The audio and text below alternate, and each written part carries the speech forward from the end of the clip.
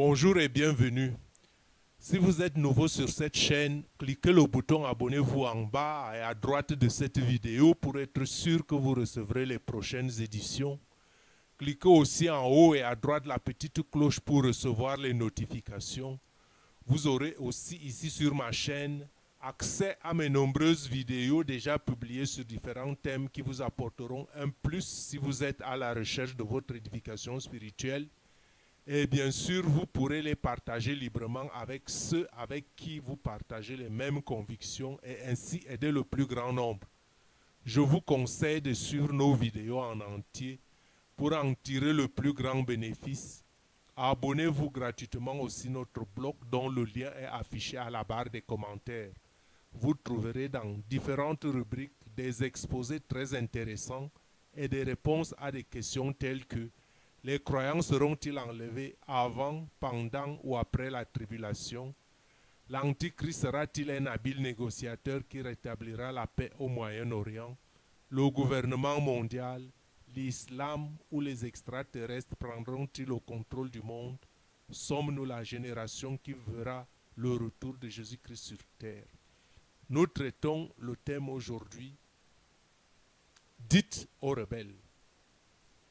Chers frères, chères sœurs, le plus grand mal qui pouvait arriver aux hommes et à l'humanité est la rébellion de Lucifer, qui à son tour a poussé avec succès Adam et Ève au péché. Donc, nous en subissons tous les conséquences en ce jour. Notre libre arbitre a donc conduit Dieu à nous offrir deux chemins. Le libre arbitre que Dieu nous a donné, puisqu'il ne le viole pas, l'a conduit à nous offrir deux chemins.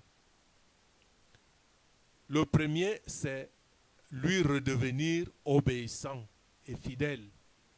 Le deuxième, c'est rejoindre, mieux encore, demeurer et continuer à œuvrer dans la rébellion. Ce message, bien que intéressant aussi aux fils fidèles, s'adresse surtout aux rebelles. Parce que Dieu a mis la lumière dans le cœur de tout un chacun. Chacun sait que ce qu'il fait est bon ou mauvais. C'est juste une question de choix.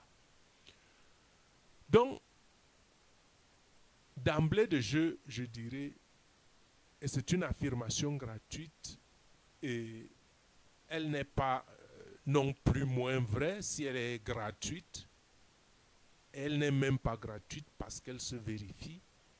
La nature et l'univers les témoignent.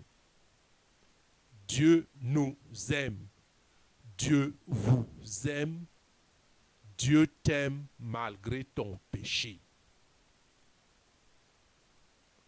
Dieu t'aime malgré tout. Même si tu es rebelle, Dieu t'aime.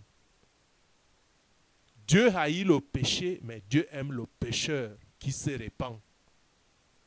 Le pécheur qui regrette sincèrement son péché et qui se tourne à lui est pardonné.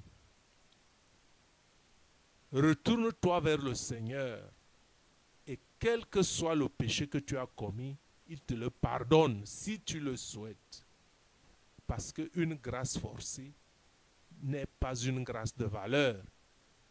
Encore faut-il vouloir le pardon. Si tu veux le pardon, Dieu te l'accorde ici et maintenant. Reviens à Dieu en demandant pardon parce que Dieu comprend toutes choses. Dieu comprend nos faiblesses. Dieu comprend nos forces. Dieu voit nos mobiles.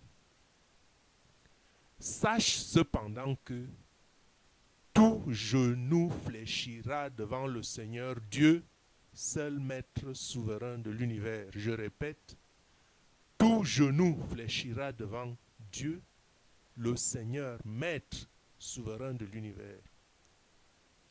Et s'il en est ainsi, ne serait-il donc pas sage de mettre Dieu au centre de nos vies? Si de toute façon tout genou fléchira, pourquoi ne pas mettre Dieu au centre de nos vies? Et mettre donc tout autour tout ce que nous aimons. Dieu ne nous interdit rien. Dieu nous aime. Mais il veut qu'il soit le noyau, parce qu'il est le créateur, parce qu'il nous aime, puisqu'il nous a créés pour une cause.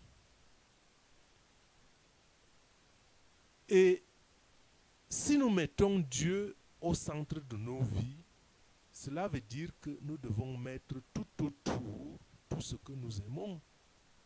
Et c'est ça la véritable clé du bonheur. Frères et sœurs, je ne m'attarde pas dessus parce qu'aux rebelles. Donc quand vous rencontrez un rebelle, donnez-lui le message de l'amour de Dieu. Dieu ne fait exception de personne. Dieu ne refuse personne.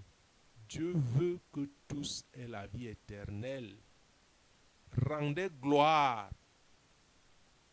Répandez l'amour de Dieu autour de vous. Rendons gloire à Dieu, car il est amour. À toi, rebelle, Dieu souhaite instamment que tu retournes à lui. Que la lumière du Saint-Esprit te conduise dans cette entreprise. Amen.